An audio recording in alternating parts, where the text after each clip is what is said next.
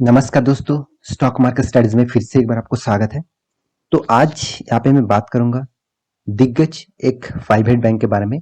देखिए मैं सुबह एक सुबह मतलब फर्स्ट सेकंड जो वीडियो आज के दिन का था वो एक्चुअली यस बैंक का था और वो भी एक प्राइवेट बैंक है। और फिर से और एक प्राइवेट बैंक के बारे में बात करूंगा जो है आईडीएफसी फर्स्ट बैंक। तो आईडीएफसी फर्स्ट बैंक के बारे में आज बात करूंगा क्योंकि इस कंपनी के रिजल्ट पिछले दिनों में आया था।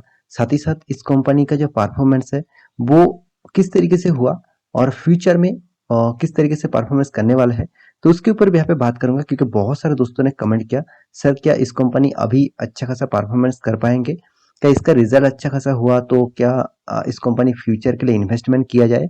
तो इस तरीके से क्वेश्चन के आंसर यहाँ पे देने वाला हूँ, तो वीडियो को लास्ट तक देखिएगा और अभी तक आपने इस चैनल को सब्सक्राइब नहीं किया तो जरूर सब्सक्राइब भी कर लीजिएगा। तो चलो देख लेते हैं आज के स्टॉक के बारे में। तो सबसे पहले वीडियो शुरू करने से पहले जरूर कहूंगा अभी तक आपने डीमेट अकाउंट ओपन नहीं किया तो उसका लिंक आपको नीचे मिल जाएगा और वो भी आप एंजल वन के माध्यम से अकाउंट ओपन कर पाएंगे फ्री ऑफ कॉस्ट, कोई भी चार्जेस नहीं है और साथ ही साथ जीरो ब्रोकरेज के साथ आप ट्रेडिंग मतलब इन्वेस्टमेंट कर सकते हैं। हाँ, ट्रेडिंग के लिए आपको 20 रुपीज पर पर लॉट में आपको पर ट्रेड में आपको देना पड़ेगा। तो यहाँ पे इस इसका लिंक आपको नीचे मिल जाएगा, जाकर आप अकाउंट ओपन कर सकते हैं और आप हमारा ग्रुप से अकाउंट ओपन करेंगे तो आपको एक्स्ट्रा बेनिफिट एक्स्ट्रा फैसिलिटीज आपको मिलता रहेंगे। तो चलो देख लेते हैं आज के स्टॉक के बारे में।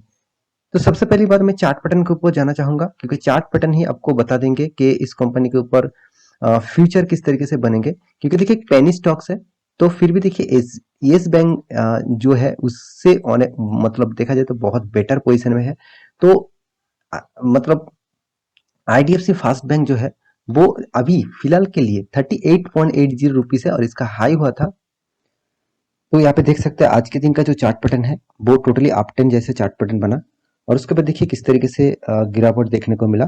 देखिए स्ट्रॉन्ग परफॉर्मेंस होने के मतलब बावजूद भी देखिए स्टॉक में किस तरीके से गिरावट है।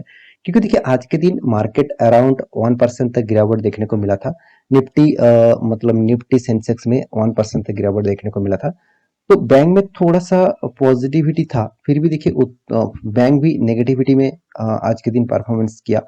तो ओवरऑल बात करूं कुछ पैरामीटर आज के दिन नेगेटिव होने के कारण स्टॉक में रिजल्ट अच्छा आने के बाद भी गिरावट हुआ है।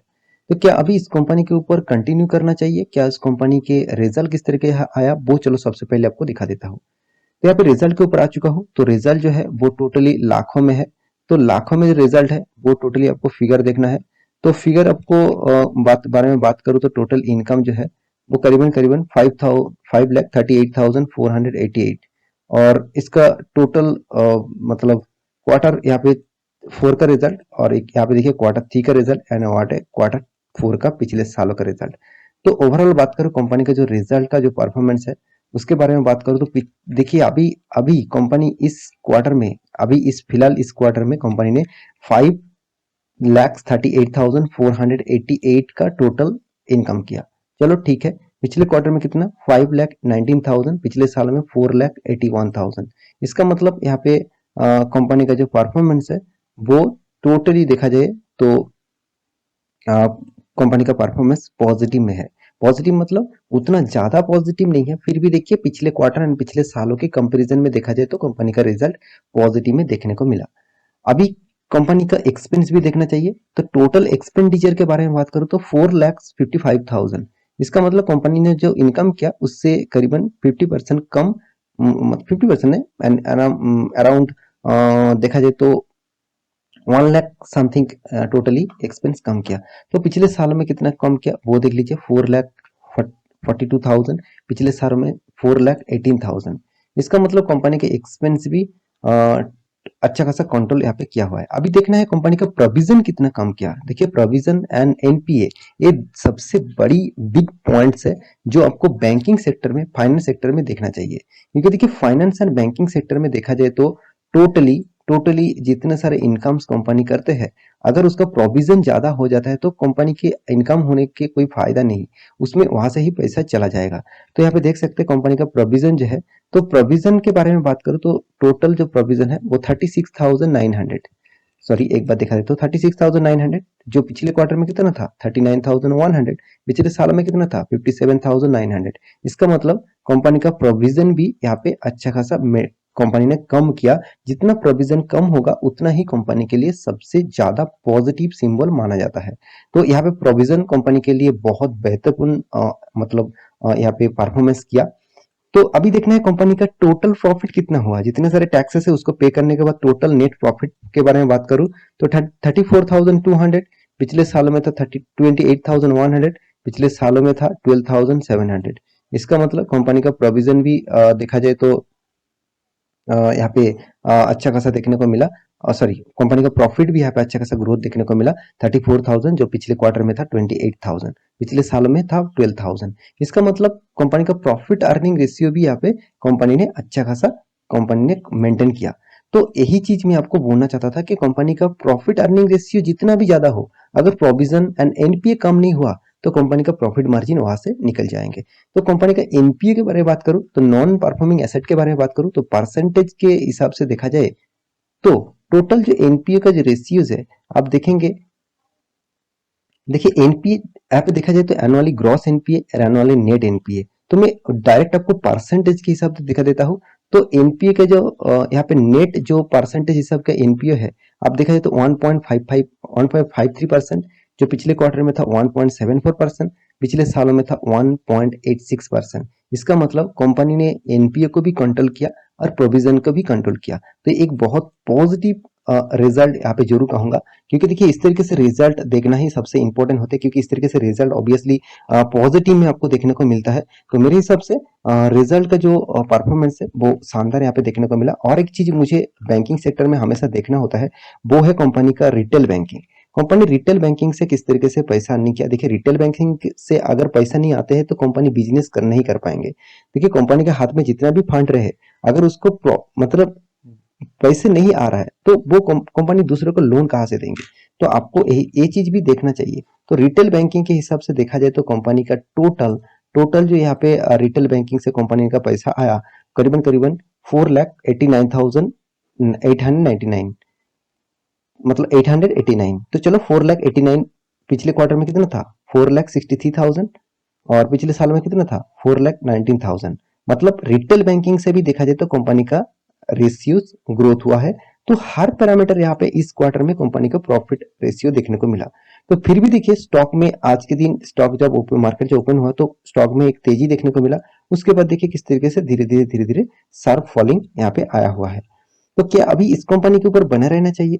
देखिए इसके ऊपर बात करूंगा जरूर। तो उससे पहले इसका जो कंपटीटर है उसके बारे में बात करूं तो देखिए सबसे जो मतलब 8 नंबर रैंकिंग में यहाँ पे दिखा रहा है, तो मेरे हिसाब से 8 रैंकिंग में से भी नीचे है।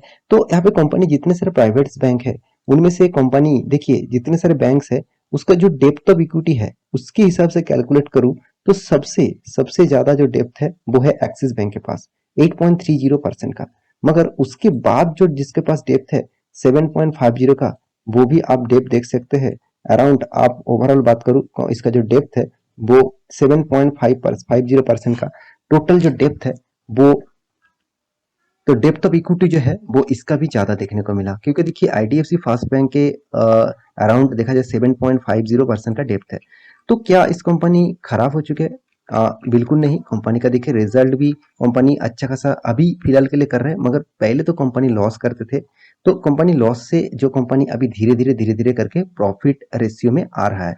तो मेरे हिसाब से कंपनी के ऊपर आपको फोकस रखना चाहिए। हाँ, आप इस टाइप कंपनी के ऊपर पेनी स्टॉक के हिसाब से निवेश करना चाहते हैं तो आप 100 200 500 रुपया तक लगाइए, उससे ज्यादा मत इन्वेस्ट करिए, क्योंकि इस तरीके से कंपनी की कोई गारंटी नहीं होते।